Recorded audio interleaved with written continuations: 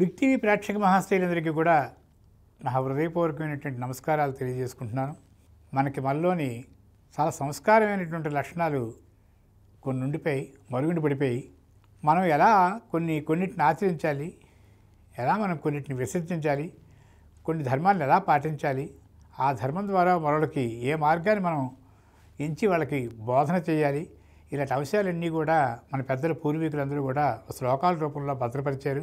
కొంతమంది కవులు కూడా కొన్ని వర్ణనల చేత కొన్ని ధర్మాలని కొన్ని అమూల్యమైనటువంటి ఒక పద్ధతుల్ని నిక్షిప్తం చేసి మన గ్రంథస్థం చేసి వదిలేశారు.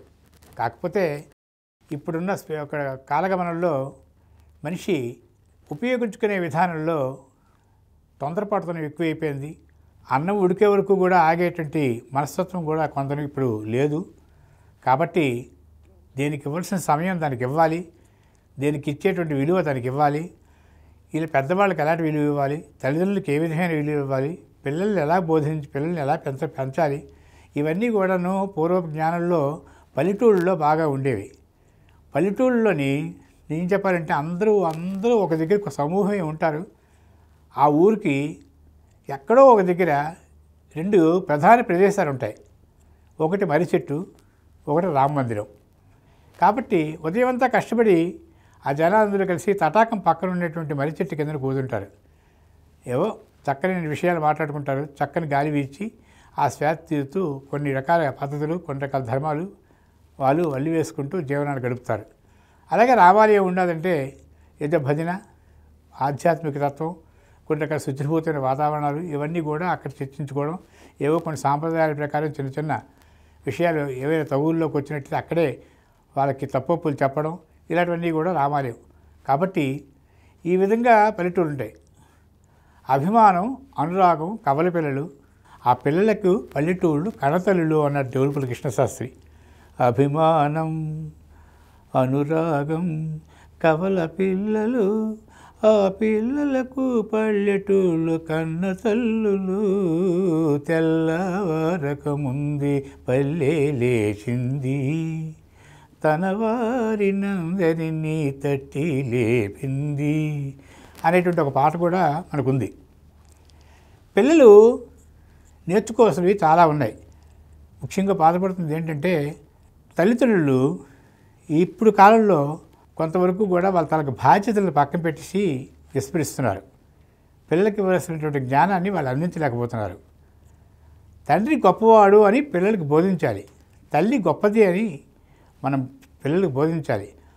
పెద్దవాళ్ళు ఆదో పితా తథా మాతా సాపత్ని జననీ తథా మాతామహ సపత్నిశ్చ ఆత్మపత్ని త్వనంతరం సుత భ్రాతృపితృవ్యాశ్చ మాతులా సహబాలిక దుహిత బహినీ చేవ దోహిత్రో భాగినేయగా పితృశృష మాతృశృష జామాత భావకం శృష స్వసురం స్వాలకం చేవ స్వామినో గురుదద్దిన అని అంతమంది బంధువర్గం మంది అక్కచెల్లెళ్ళు ఉండాలి. అందుకే జ్యోతిష్య శాస్త్రంలో కూడా 12 అవసరాల్లో సహోదర వర్గం ఉండాలని కూడా చెప్పారు.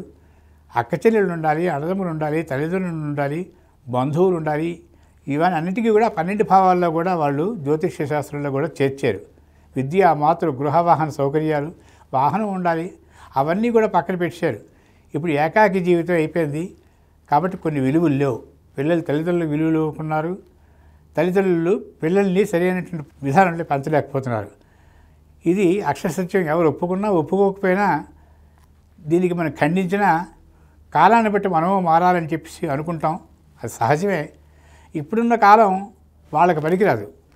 దీనివల్ల ఏమిటవుతుందంటే ఒక మంచి లక్షణాలు, ఒక మంచి సంస్కారాలు అవి దూరం అయిపోయి పుస్తకాల్లోని, గ్రంథాలయాల్లో కానీ పుస్తకాల్లో కూడా నిక్షిప్తం అయిపోయి అది బొద్దంకిరి పాలవుతున్నాయి తప్ప ఈ పిల్లల తలక బుర్రలకు ఎక్కటం లేదు. కాబట్టి మాతృభాషను మర్చిపోతున్నాం, సంస్కారాలు మర్చిపోతున్నాం, పెద్ద చిన్నాన్ని మర్చిపోతున్నాం. తర్వాత ఇవన్నీ కూడా పిల్లల్లో లోపిస్తున్నాయి. ఇవన్నీ మనం నేర్పాలి అనేటువంటి సంస్కారం మనకి ఎప్పుడు వస్తుందో కానీ ఈ స్పీడ్ యుగంలో మాత్రం ప్రతి తల్లిదండ్రులు గమనించాలి.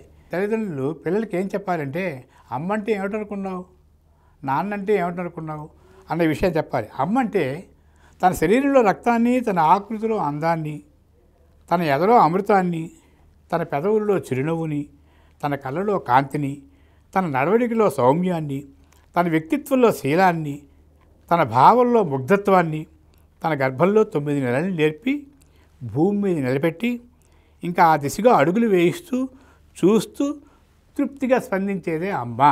బ్రహ్మ బొమ్మనే చేస్తాడు, అమ్మే ఆ బొమ్మను మనిషిని చేస్తుంది. అందుకే అమ్మ రుణం ఆ బ్రహ్మ కూడా తీర్చలేడు అన్నది ఒక నగర సత్యం. తల్లి అంటే అంత ప్రేమగా చూసేటువంటి తత్వం కూడా మనం బాల్యంలో చిన్నపిల్లలకు నేర్పకపోతే ఆ పిల్లలు అందరికీ మర్చిపోతారు. ఎందుకంటే తాతగారులు కానీ, అన్నదమ్ములు కానీ, అక్కచెల్లెలు కానీ, ఇంటికి వచ్చిన బంధువులు కానీ, చుట్టాలు కానీ పిల్లల్లో సంస్కారాలు అనేవి నేర్పాలి. ఈ విషయంలో మనం కొంచెం ఆలోచిద్దాం.